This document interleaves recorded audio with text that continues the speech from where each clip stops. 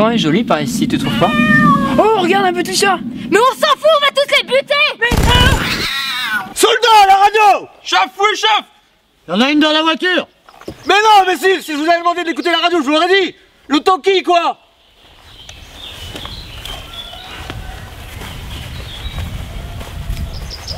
Chaos Team à toutes les unités!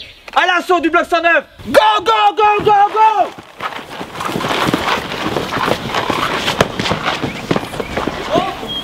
C'est pas ma guerre.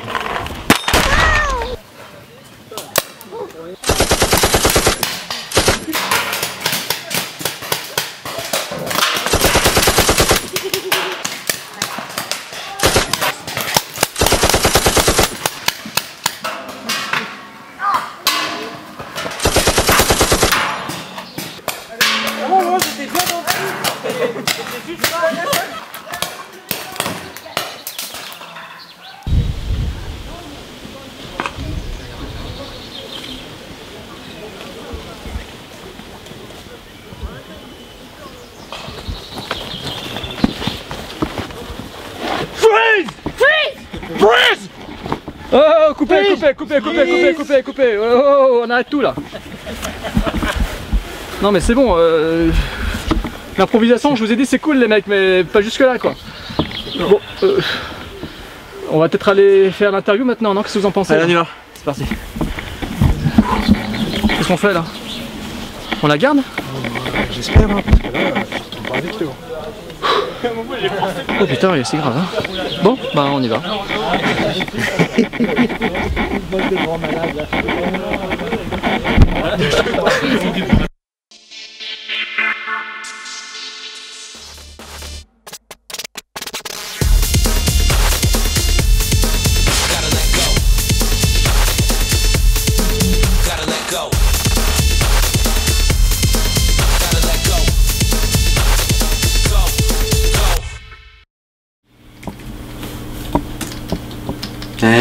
Ouais.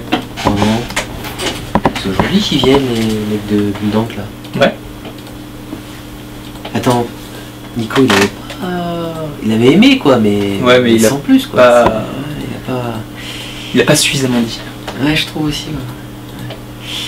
Bah, c'est sûr que. On va faire une petite mise au point, je pense. Une petite mise au point. Un truc bien sympa parce que non, j'aime pas trop, tu vois, ce côté un peu. Ouais, c'est sympa, tu vois. Ouais. Mais ça manque Sans enthousiasme. sans Ça manque enthousiasme, de. ouais, ça manque de côté un peu chef-d'œuvre, tout ça. Enfin, tu vois. Ouais, manque de fanatitude. Ouais, c'est ça, exactement. Ouais, on va falloir qu'on explique. Je pense qu'une petite explication s'impose, quoi. Ouais. Tiens. Je crois que voilà. Ouais, on y est. Alors, bonjour à tous. Bonjour à tous, amis du label 20 watts. Donc oui, on reçoit Nico de Bulle d'encre, hein, l'association Bulle d'encre, pour l'émission de BDE TV, c'est ça? Tout à fait, c'est ça. Tout à fait, ouais. Donc il va parler de Chaos Team notamment, hein, notre dernière création. Alors, on va savoir, Nico, Quand t'as aimé? t'en penses quoi toi, Chaos Team? C'est sympa, hein. Sympa, ouais. C'est que sympa. Ouais. Je crois qu'il faut On va lui expliquer un truc. On va expliquer un truc, on revient tout de suite. Alors, T'en penses quoi maintenant? t'en penses quoi de Chaos Team? Bah, c'est un chef-d'œuvre. Ouais. Hein, je pense que ça va révolutionner. Attends, on comprend pas très bien ce que tu veux dire. Ça va? Ça va quoi? Ça va révolutionner le 9e art. Ouais. C'est ça? Je trouve que t'es un mec qui a quand même pas mal de... Ouais, tu gères bien, t'as du goût. T'as du goût, ça va. Vous défendez bien les gars. Ouais. Donc ils vont faire un reportage sur nous, quoi, parce que bah, il faut, quoi. On va essayer, il faut. on va essayer. Ouais. Allez, Hein, c'est tout de suite. bonjour et bienvenue dans cette nouvelle émission de BDE TV. Bonjour Ronan.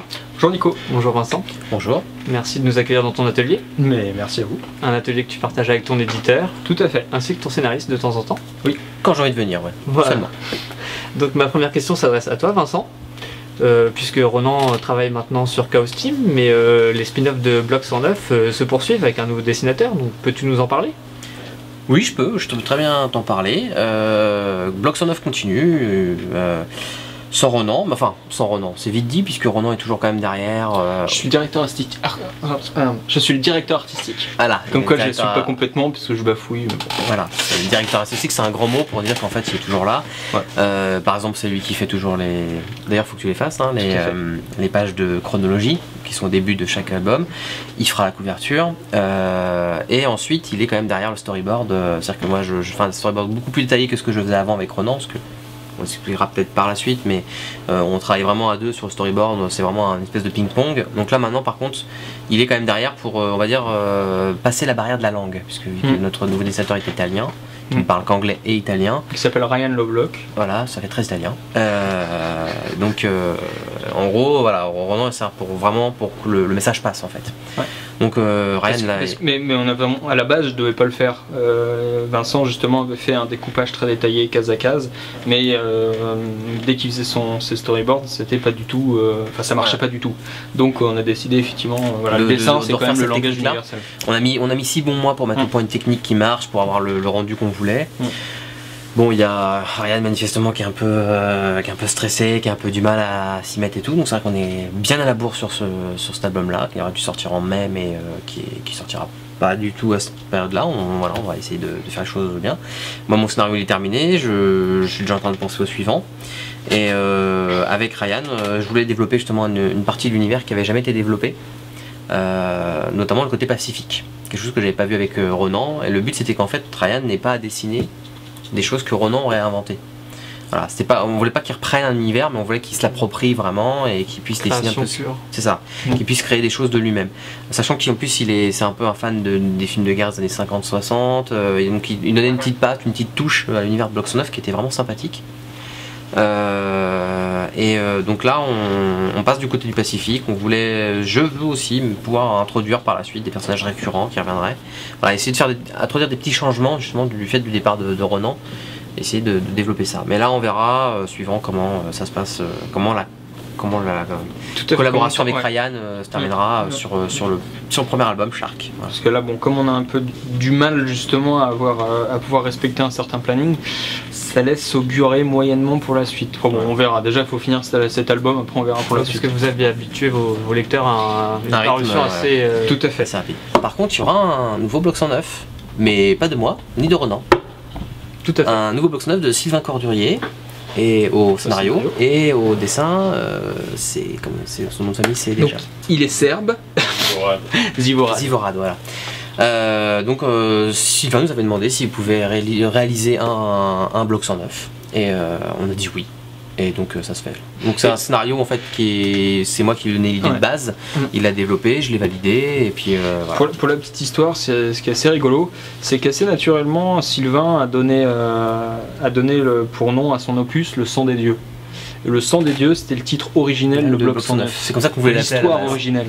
Donc, voilà. Et sans se concerter, il fait pas mal de rapports avec il a vraiment lu tout l'univers, il le connaît sur le bout des doigts, il met des rapports dedans, donc ça, je pense que ça va être quelque chose de vraiment sympathique. Ouais. Et on a l'impression de voir ça. Ouais. Voilà. Donc, même sans nous, Block 109 de toute façon continue à vivre, et ça c'est essentiel. C'est clair. Peux-tu nous présenter le pitch en fait de Chaos Team ? Chaos Team, Chaos Team en fait c'est une sorte d'invasion extraterrestre, hein, comme il y en a eu beaucoup, comme ça a été raconté beaucoup. Sauf que nous on s'intéresse, déjà elle est un petit peu particulière cette invasion extraterrestre, puisque les extraterrestres ont ravagé la planète et ils ont laissé des survivants et ils sont autour de la Terre, ils sont pas redescendus sur Terre, ils laissent les humains végéter.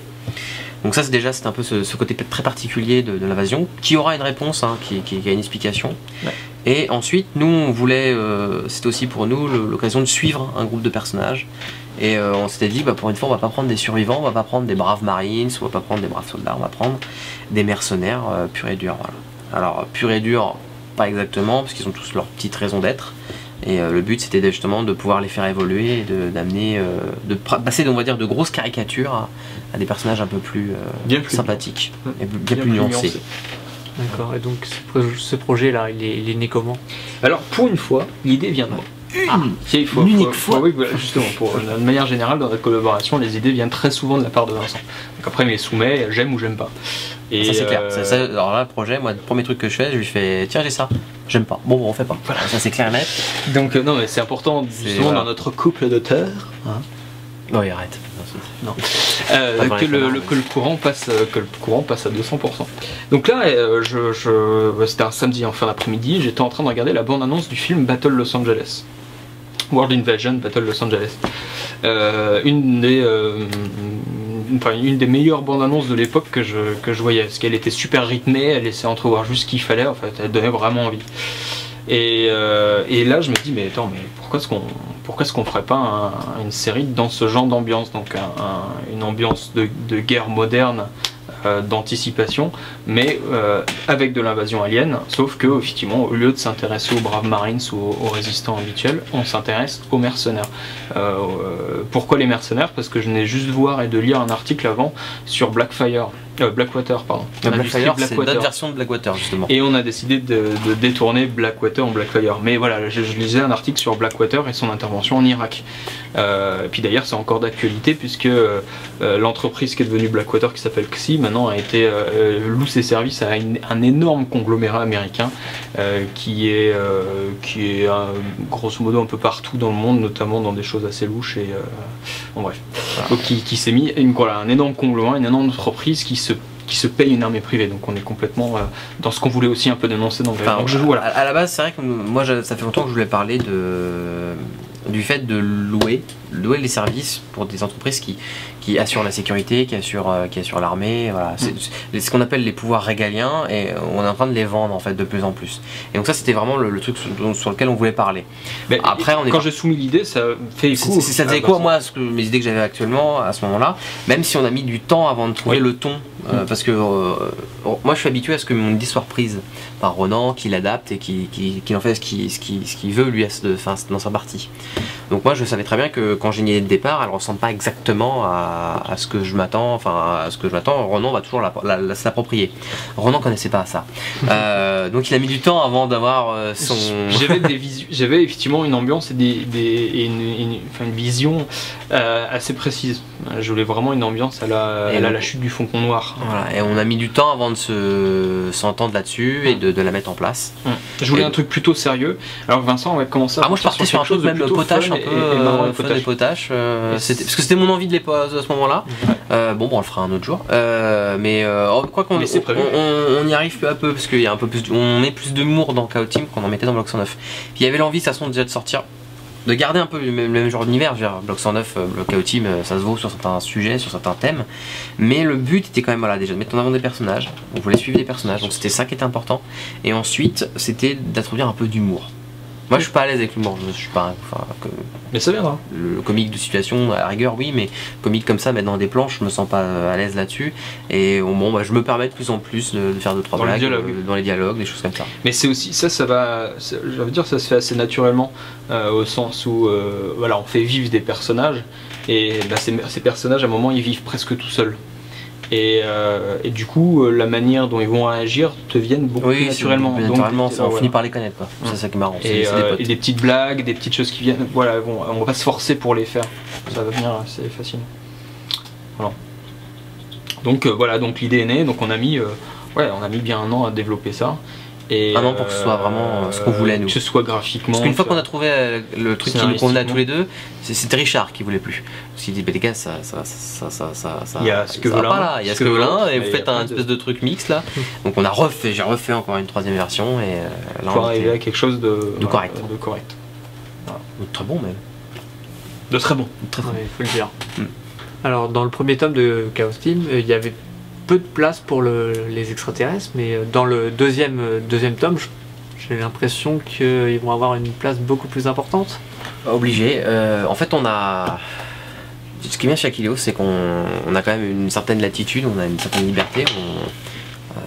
On nous permet pas de faire des conneries, hein, c'est pas le truc, c'est juste que on nous permet de développer notre œuvre comme on le veut. Et c'est vrai que faire entièrement une histoire d'extraterrestres sans mettre quasiment d'extraterrestres dans tout le premier tome qui est quand même fait 120 pages, c'était un petit peu c'était risqué, mais on l'a fait même sans s'en rendre compte en fait, vraiment, parce que pour nous ce qui était important dans le Chaos Team c'était de présenter déjà la Chaos Team justement. Puis ensuite, on voulait pas. Et le contexte, parce Et que le contexte, qui est quand voilà. même important, qui Hein, justifie. et surtout le plein de contexte qui est assez spécial dans le sens où justement le fait qu'ils soient remontés, le fait qu'ils aient pas entièrement dévasté l'humanité. On voulait vraiment un univers un peu à la voilà, Terminator avec les humains qui résistent quand même tant bien que mal. Oui, dès le second tome, de toute façon, on va expliquer tout ça, on va expliquer ce qui se passe avec les extraterrestres, pourquoi ils sont remontés dans leur vaisseau, pourquoi ils sont attaqués pendant 6 mois, qu'est-ce qu'ils veulent, pourquoi ils sont là. D'ailleurs, vous pouvez déjà commencer à avoir un semblant de réponse sur le Voir site même les réponses label-20watt.com. sur le site Label 20 Watt, on prépublie nos épisodes. La réponse en fait elle est dans l'épisode 7. Même si on avait aussi un aperçu avec l'épisode que vous aviez fait pour Angoulême de l'année dernière. Alors là-dedans c'était plus un aperçu, là on voyait vraiment extraterrestres, mais on savait toujours pas pourquoi ils étaient là, qui exactement. Puis c'était plus une amusette. C'était plus pour s'amuser et mettre un peu d'action là-dessus. Mais vraiment la réponse elle est dans l'épisode 7, début de réponse dans le cliffhanger de l'épisode 6, très bon cliffhanger. Et l'épisode 7 vraiment qui donne la réponse, parce que voilà je suis pas... je donne réponse, hein, ces choses-là elles ont été prévues. Ce n'est pas J.J. Abrams dans ses séries. Voilà, je donne les réponses. Mais on a... Et puis de toute façon on a prévu, les saisons 2 et 3 vont changer, c'est-à-dire qu'on ira ailleurs, il y aura d'autres thématiques, et on va pas rester sur les mêmes, on va pas laisser un mystère pendant 3 saisons, on va pas laisser un mystère pendant 6 albums, non, il y a la réponse là, et on a une sorte de nouveau départ en fait à chaque début de saison. On a une base sur laquelle on va se poser et puis qui nous permet de développer l'histoire. Parce qu'en fait nous notre but c'était dans ces 3 saisons, donc de 2 albums chacun, c'est qu'on ait une sorte d'histoire, en fait un fil continu. Donc avec un début vraiment et une fin. C'est-à-dire que l'univers se finira à la fin de la saison 3. Voilà, c'est ça. Et surtout, il fallait aussi qu'il y ait des changements majeurs entre chaque saison, pour apporter des changements dans l'équipe justement. Voilà, qu'on a envie de les suivre, qu'on se dit bah tiens, si ces changements-là, qu'est-ce que ça va porter chez eux? C'est ça qui est intéressant.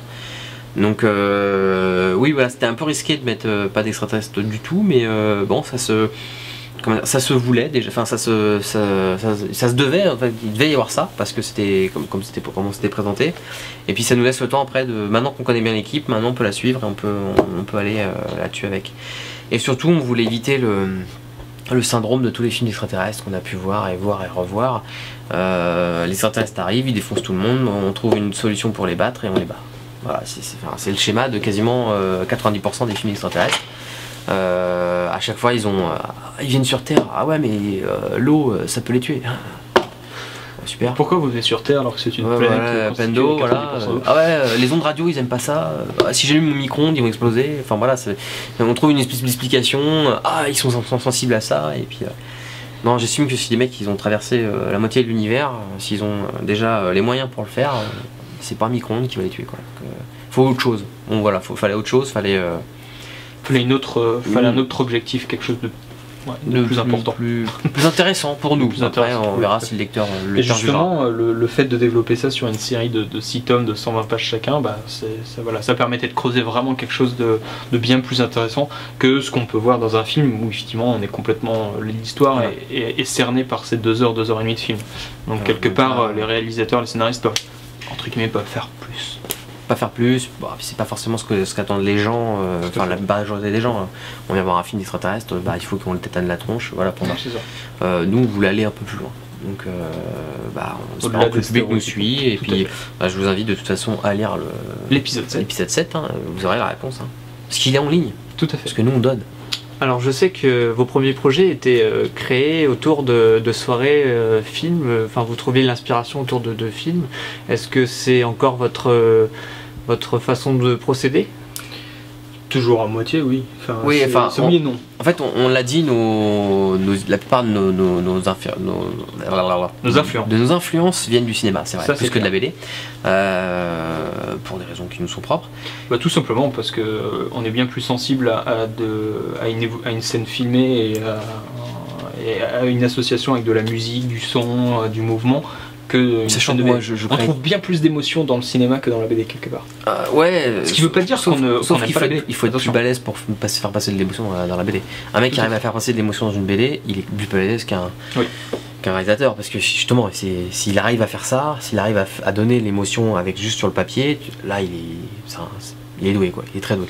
Et il y a des gens qui arrivent dans la BD, faut pas croire. Moi on parlera peut-être plus tard de ce qu'on aime, mais oui. Mais ce que je veux dire, c'est que avant, c'est vrai qu'on faisait souvent les mardis soirs. C'était voilà, le mardi soir, film con. Même si on a fait des films con ou moins con. Mais moins con. C'est plutôt de la soirée film découverte. Ouais, c'était tiens, on va regarder ce film. T'es sûr? Ouais, on va regarder ce film. T'es sûr? C'était le truc. Et on a vu des bons bousins. On a eu des bons bousins et on a vu des bons trucs. Mais là, maintenant, on peut plus faire ça, donc on les voit en fait souvent de façon séparée parce que on a une famille. On a les gosses, on a machin, on peut plus faire ce qu'on veut. Voilà. Donc on est obligé. Voilà, c'est. Voilà. Mais peut-être que ça reviendra quand on aura 50 ans. 50 ans, voilà. Bah, on va bientôt aller voir au cinéma Star Trek ensemble. Voilà, oui. Parce que ça faisait 1 an qu'on n'avait pas fait ça. Ouais, on va aller au cinéma ensemble, c'est tout de ouf. Ouais, parce qu'il part en vacances. Puis oui.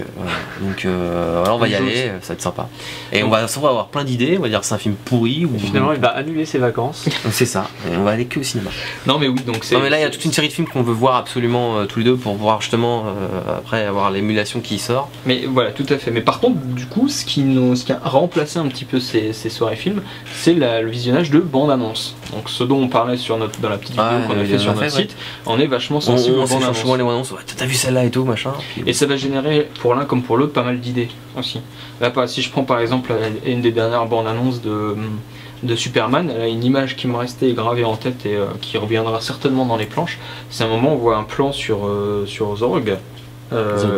Général Zod. Zod. Je l'ai dit, mais t'as pas compris. C'est pas Zod. Zod. Il connaît l'univers Superman. Zorbul.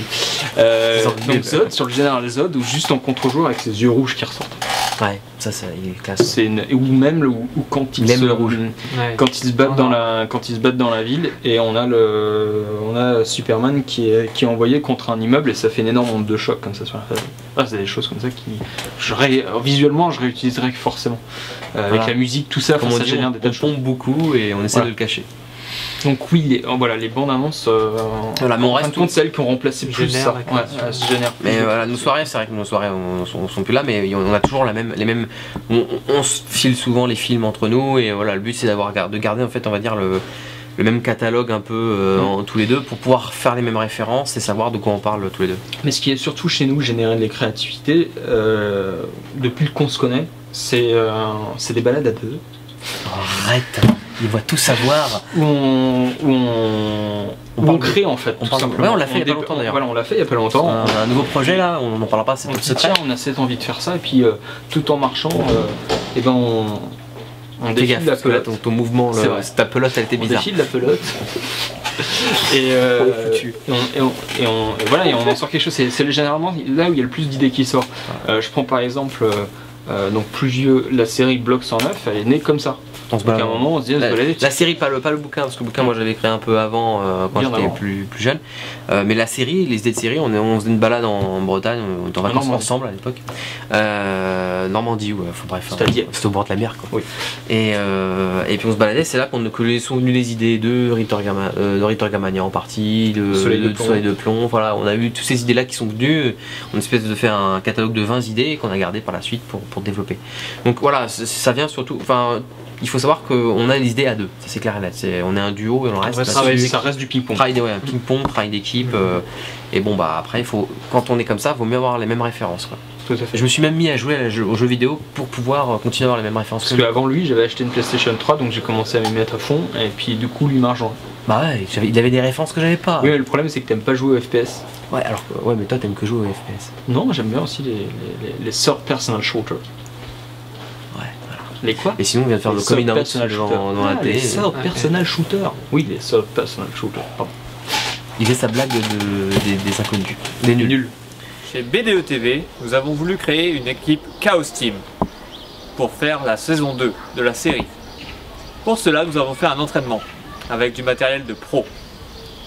Maintenant, j'aimerais avoir l'avis de pro. Non mais attends. C'est quoi ça? C'est de la merde. Toki. Non, c'est un babyphone.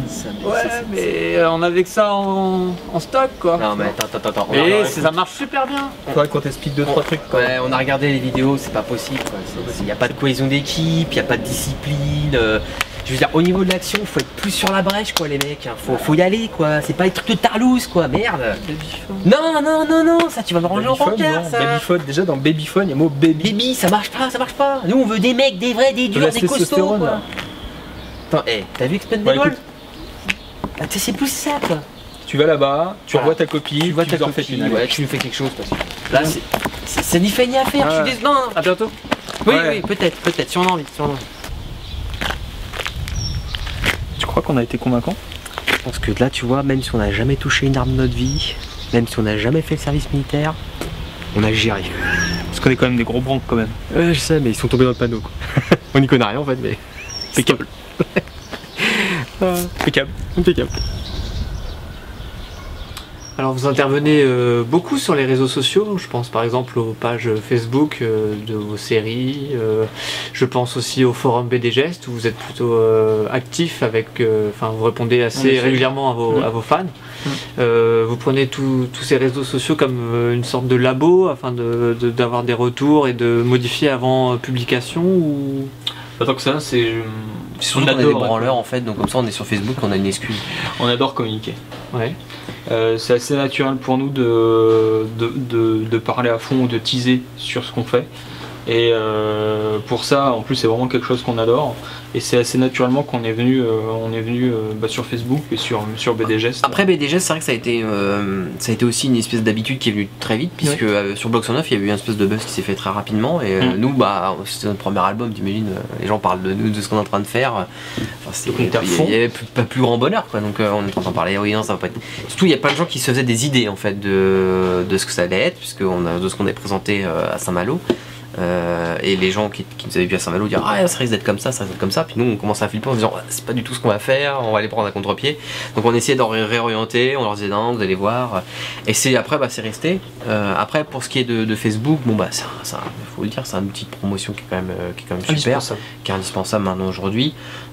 Et puis bon bah nous souvent nos séances de dédicaces ça devient très vite n'importe quoi, où on rigole, on voit les gens, on répond souvent aux mêmes questions, donc on se dit bah pourquoi pas essayer aussi de répondre à des gens qui viennent pas aux séances de dédicaces.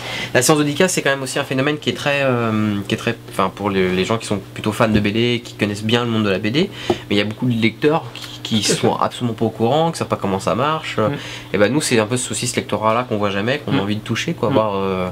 Alors nous aussi c'est le but aussi d'avoir des retours, oui comme tu dis, parce que ça peut peut-être nous faire évoluer. Alors on ne changera pas des choses dans un bouquin parce que vu comment on produit à flux tendu, le bouquin on le termine, il va à l'impression c'est bon c'est fini. Ça permet d'être toujours présent quelque part. Ouais. Puis peut-être d'orienter après ce qu'on va faire, ça vous permet aussi de juger les idées qu'on a eues, celles qui plaisent, celles qui plaisent pas. Et les gens sont très sensibles au fait qu'on réagisse en direct. Ça c'est quelque chose que beaucoup d'auteurs ne font pas forcément, parce qu'on a quand même beaucoup d'auteurs qui sont pas trop à l'aise avec ça, ou qui sont pas à l'aise avec du public. C'est vrai que voilà, c'est un métier qu'on est beaucoup dans son coin, et c'est vrai qu'il y a des gens qui font ce métier-là aussi parce qu'ils sont pas à l'aise avec un public. Nous on n'a pas ce problème-là, donc autant en profiter. Et puis surtout c'était, alors là pour le coup de Chaos Team, Facebook c'était vraiment nécessaire pour l'après-pub.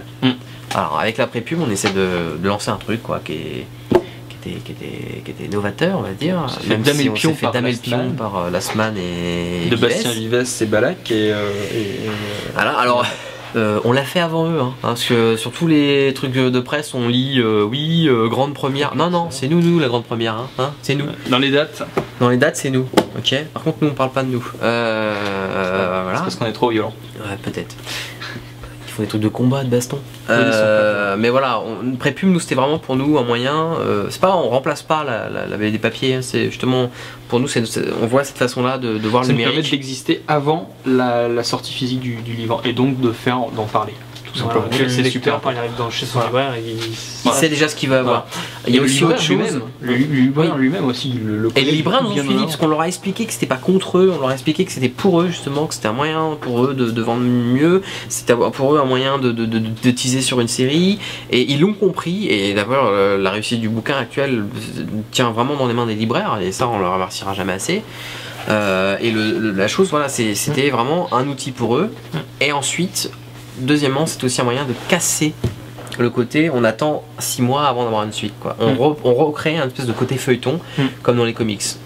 Si on pouvait le faire, on ferait du Comics, on en sortirait dans les magasins là, en presse, tout ouais, en kiosque. C'est un certain coût. Mais c'est plus possible. Donc c'est pour ça qu'on. C'est une alternative qui. Voilà. Puis on nous dit vous travaillez au format comics, vous travaillez comme du comics. On va jusqu'au bout, on fait des couves, on fait des épisodes de 20 pages, on fait des to be continued à la fin. On n'est pas comme certains éditeurs qui fait du French Comics mais qui fait pas d'épisodes. Parce que l'épisode c'est une partie du comics, c'est tous les 20 pages, il y a un truc. La narration, la narration elle marche comme ça. Nous on va jusqu'au bout, voilà, on veut vraiment aller jusqu'au bout. En plus c'est une structure qu'on s'est rendu compte qu'on aimait énormément. Ça permet en plus de rendre une sacrée dynamique au récit, parce que sur ces 20 pages là, on doit faire tourner des choses, on doit dire tant de choses, et à la fin de l'épisode, tac, comme on disait, comme on disait hors caméra tout à l'heure, finalement c'est des limites, mais des limites qui nous aident justement à être meilleurs et à devoir jouer là-dessus. Tout à fait. Et enfin, cette prépublication, pour pas mal de gens, là on a pu s'en rendre compte, elle va casser aussi cet effet de feuilletage qui peut être néfaste au bouquin en librairie. C'est-à-dire qu'il y a des gens qui vont prendre un livre, ils vont feuilleter en disant j'aime bien le dessin. Et puis, on a vu 2-3 personnes quand même qui nous ont mis des messages. J'aime pas le dessin, ils vont recracher un bouquin qui a une tuerie parce qu'ils ont pas aimé le dessin, ce qui est dommage parce que voilà, il y a plein de bouquins. On a eu des commentaires de gens personnes qui nous avaient dit moi j'aurais jamais lu votre bouquin. J'ai vu que c'était gratuit, prépublication, je l'ai lu et franchement je l'ai acheté et je pensais pas du tout que c'était mon style. Voilà. On sentait qu'on avait touché quelqu'un alors qu'on était pas du tout public cible à la base. Ouais, mais comme on dit généralement, on achète un livre, on le lit pour le dessin et on le relit pour le scénario. Voilà, c'est ça. Ouais. C'est pas faux. Mais justement, on aimerait faire un petit peu évoluer ça vers les gens qui accrochent tout de suite au scénario et puis le dessin devient presque accessoire. D'accord. Et justement, vous tournez aussi devant la caméra ? Oui. Pour présenter un peu comment vous travaillez, des choses comme ça. Donc il y a une interaction aussi avec vos lecteurs de cette façon. Alors pour l'instant c'est un peu léger, parce qu'on a fait qu'une vidéo, une vidéo d'explication et une vidéo. On essaie de trouver des sujets qui sont pas souvent mis parce que c'est vrai que des making of tout ça il y a pas mal, ça court un peu, il y en a un peu partout. Nous on essaie plutôt de parler de choses qu'on nous en a jamais dit ou les questions qui reviennent plus en dédicace, on essaie d'orienter par rapport à ce niveau là. On va essayer d'en faire régulièrement, la prochaine on essaiera de la faire sûrement début juillet parce qu'on peut pas avant, on a trop de boulot. Mais le but c'était pareil encore on s'est rendu compte que les gens préfèrent regarder une vidéo que lire un texte de 5 pages. On fait une petite vidéo pour expliquer 2-3 trucs, c'est dynamique, c'est plus dynamique, c'est plus facile. Donc moi voilà, je pense la prochaine soit ça sera, donc là on a parlé des bandes annonces de films qui sont un fort outil créatif pour nous. Je pense la prochaine soit on parle des musiques parce que les musiques sont très importantes. Soit on fera un début de making of sur comment on bosse tous les deux. Parce que c'est des questions aussi qu'on a beaucoup. C'est comment c'est selon notre envie. Comment vous fonctionnez entre vous deux, qui fait le scénar, comment est-ce que Vincent fait le scénar, ou alors Vincent est-ce qu'il remplit juste les bulles. Ça arrive souvent cette question, beaucoup plus qu'on croit. Et vous savez à quoi vous remplissez les bulles? Donc maintenant en festif, quand on vous pose la question, vous faites rendez-vous à telle adresse. Tout à fait. Bon, on n'a pas encore assez pour répondre, mais bientôt un jour, on pourra aller voir la vidéo et aller chez moi. On pourra faire les mecs snobs, tout ça. Mais pédant. Pédant, insupportable. Tout à fait. Faut être insupportable. Enfin. Et dans ce cas-là, moi, je ferai des dédicaces avec les tampons. Encore mieux. Oh. Avec des calques. Oui, avec des calques. Ça existe. Oui, mais moi, mon objectif, c'est de faire 400 dédicaces en un jour. Comme ça, tout le monde en aura. Limite y arriver. C'est déjà pas mal. C'est vrai. Voilà. Comme ça on aura des gens qui diront c'est bâclé. Ronan, il me semble que l'on peut te retrouver à la Japan Expo début juillet. Tout à fait. Alors c'est une première pour moi. J'ai décidé, en fait je fais partie d'une expo sur les super-héros qui aura lieu à la Comic Con qui est couplée à la Japan Expo cette année. Et du coup, j'ai trouvé pas idiot de prendre une table à la Artist Alley, donc l'allée des artistes en français, pour faire de la dédicace, mais en partie payante et en partie gratuite. Donc ça c'est une pratique à l'américaine, c'est que comme on paye notre table, les gens qui viennent vont se payer le dessin qui sera fait sur place. Donc il y a tous les tarifs, ça commence à 10 € jusqu'à 200, 300 voire 700 € pour quelque chose en couleur. Il y aura des originaux déjà faits qui seront en vente et également un petit sketchbook qui regroupe un peu tous les croquis que je fais le matin pour me chauffer ou le week-end quand je m'ennuie. Je m'arrête jamais. Ils s'ennuient souvent, ils s'ennuient très souvent. Donc voilà, un petit sketchbook dont il y aura deux versions. Il y aura une version classique et une version deluxe. Donc à deux prix différents, l'une à 15 € et l'autre à 50 €. Celle à 50 € sera du tirage ultra limité avec une couverture vierge et chacun aura sa couverture dédicacée, donc sa couverture à lui. Là, vous avez vu M6 Boutique là, avec Pierre Bellemare. Donc, et puis tout au long des 4 jours de la Japan Expo, les bouquins Chaos Team seront en vente et Vincent m'accompagnera sur la dédicace le samedi ou le dimanche comme ça l'arrange. Ah genre je viens qu'un jour en fait. Je sais pas le qui m'a dit. Non je t'ai dit je viendrai peut-être plutôt pas en week-end. Ah ok d'accord. Genre le jeudi ou ce vendredi quand il y a moins de monde, j'aime pas les gens. Donc c'est pour glander en fait. C'est pour glander, ah mais j'y vais pour glander oui. Parce que comme ça moi je rentre. Et attention, info absolument énormissime. Stéphane Crétil, dessinateur de Masqué chez Delcourt, viendra dédicacer avec moi. Ça sera le guest sur ma table. C'est moi le guest, c'est n'importe quoi. Bon bah c'est super ça. Ouais. Non, donc, c'est pour vendre, pour faire c'est pour vendre, oui, d'accord. Donc pour finir, votre actu, la prochaine actu c'est à la rentrée donc. C'est à la rentrée, plutôt fin août.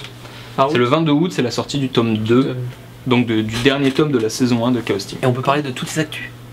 Parce que moi aussi j'ai une actu, tu vois. Tout à fait. J'ai une bête d'actu, mais grave. Profite-en. Bah moi je vais écrire un roman.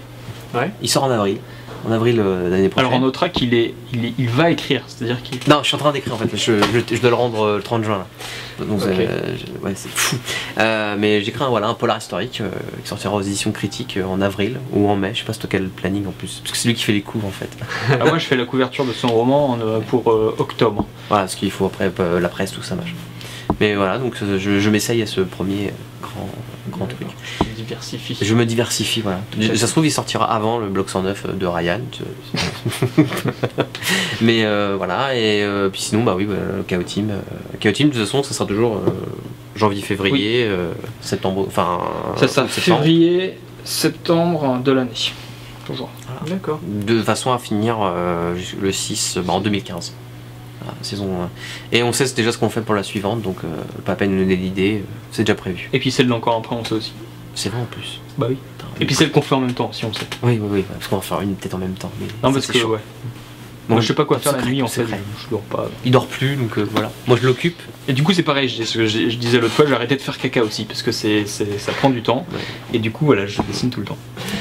Ok, bah chier, c'est du temps perdu, alors ne chiez plus. C'était très sympathique en tout cas de nous accueillir. Mais merci à vous. Merci à vous, ouais. Est-ce qu'on dit vous parce qu'en fait il y a des gens derrière, il faut pas croire. Hein. Il est pas tout seul. Hein. Non, merci à vous de nous avoir suivis. Et puis bah. Merci à vous. Ouais, merci à vous. À vous. Ils sont partout. Partout dans une nouvelle émission de BDE TV.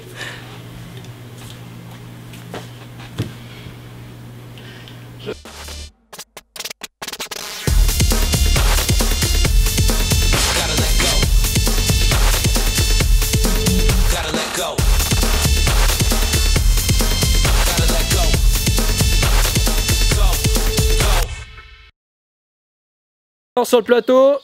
Bah oui, mais il faudrait qu'il y en ait un. Silence sur le plateau. Silence sur le plateau. Ah, tu peux avancer. Voilà. Encore avance. Ah ouais, putain, tu veux que je m'explique? Vous êtes prêts?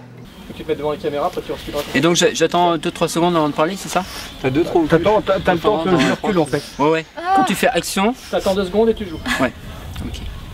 Je prends comme un bonhomme. Et tu craches.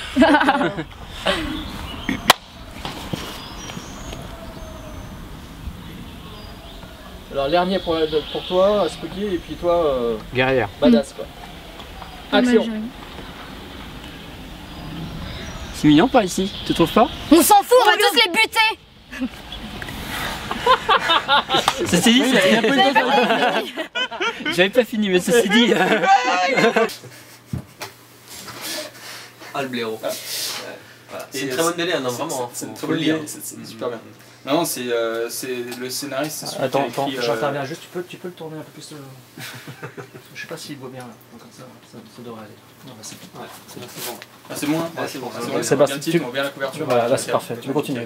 Nickel, donc là, le feuille, voilà, la colle hein, on voit le dessin, est absolument magnifique, dessiné par une jeune fille dont j'ai complètement oublié le nom, puis comme je l'ai pas sous la main, ben... Chaos Team, à toutes les annuités. De toute façon, on allait la refaire, c'est pas grave, c'était drôle quand même.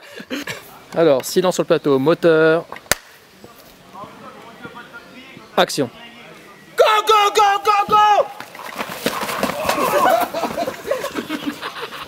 Bouge pas. C'est pas ma guerre. Allez, vite! On l'a refait, tu tombes pas! Tu ramasses d'ailleurs! Eh, j'ai eu le réflexe de faire le cri du mec qui se faisait tuer quand même. Ramassé, genre, il est blessé, je laisse pas un homme à terre. Voilà. Silence sur le plateau, moteur. Action! Merde! Bon, vas-y, recule. J'ai déjà entendu go alors. Je suis allé, il a fait une action. Le rouge est parti? Ah, c'est bon, ça venait de scalper les gens.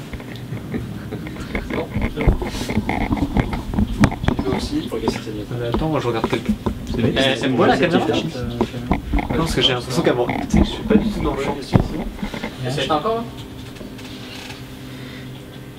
Bah non, pour l'instant il n'est pas éteint. Et c'est La batterie elle est chargée, tout ça.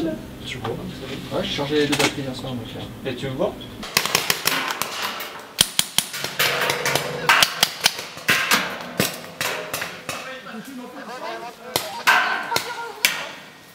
Fais tout ça derrière, moi fais tout ça derrière les caméras, fais tout ça derrière en fait.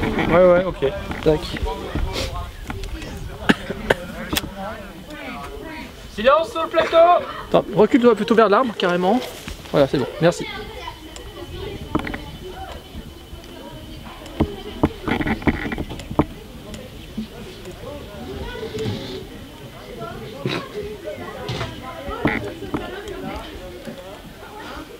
Ok, tu peux me dire si la caméra là-bas elle est bien... Enfin, Benoît, dire vite fait si elle est en mode enregistrement, si le bouton, le truc rouge il est bien marqué. Ouais, ok, c'est parfait. Et ben on va le faire. Tac, je lance. Donc silence sur le plateau, moteur.